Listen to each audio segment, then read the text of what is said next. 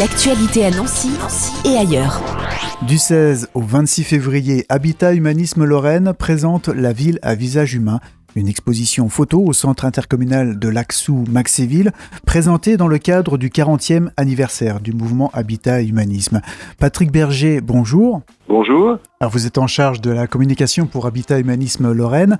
La ville à visage humain, que présente cette exposition ? Elle présente surtout des photos de résidents et de salariés, puisque une de nos missions essentielles, c'est d'accompagner les personnes qui sont logées par Habitat Humanisme.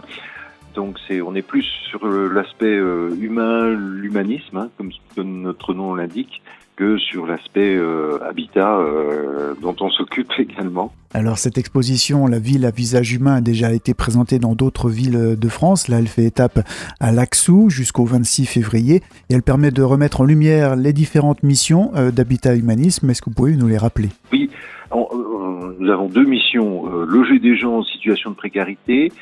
Et j'insiste sur le fait qu'il y a quand même pas mal de travailleurs pauvres. Depuis 20 ans, les loyers ont augmenté de 88% et en moyenne, les salaires ont augmenté de 13%.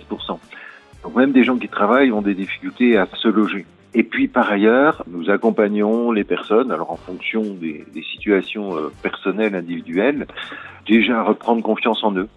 Parce que bien souvent, ils ont été, si j'ose me permettre de dire, cassés par la vie. Ça peut être un accident de santé, de chômage, de séparation. Et c'est un peu notre particularité. On ne se contente pas de les loger, mais aussi de faire en sorte qu'ils puissent retrouver leur autonomie. Je prendrai l'exemple d'une maison intergénérationnelle où on a des personnes retraitées, bien sûr, et puis des gens plus jeunes, ce qui permet aussi d'avoir des liens entre différentes générations.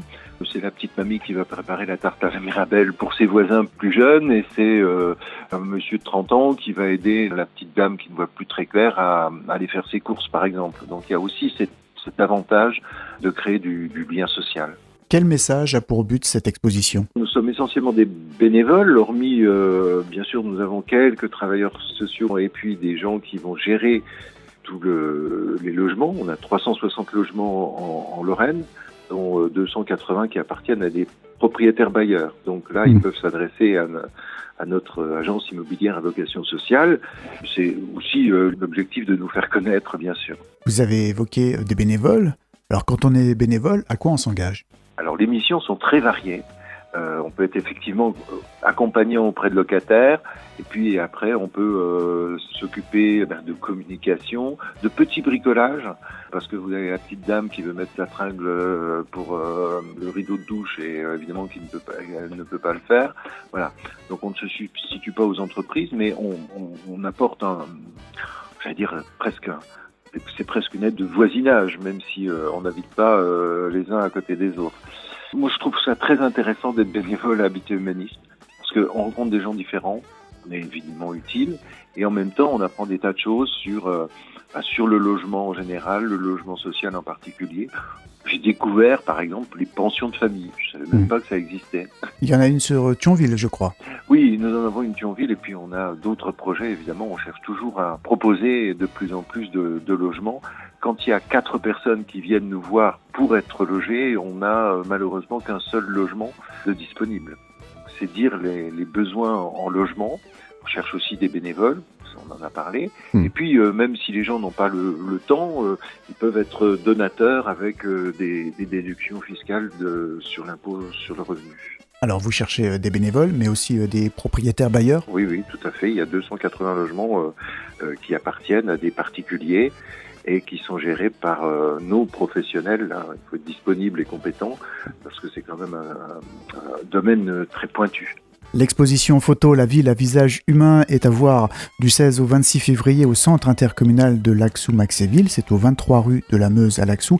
Est-ce que ce sera l'occasion de rencontrer les bénévoles ? Alors là, je dirais qu'il faudrait plutôt nous contacter. On trouve très facilement Habitat Humanisme Lorraine sur Internet. Et à ce moment-là, moi, je me ferai un plaisir, par exemple, de leur faire visiter une petite résidence, soit sur Nancy, soit sur Toul, si évidemment les gens sont à proximité. Et on a d'autres implantations en Moselle, par exemple. Donc l'exposition est à voir jusqu'au 26 février à Laxou, et après on pourra voir l'exposition à d'autres endroits ?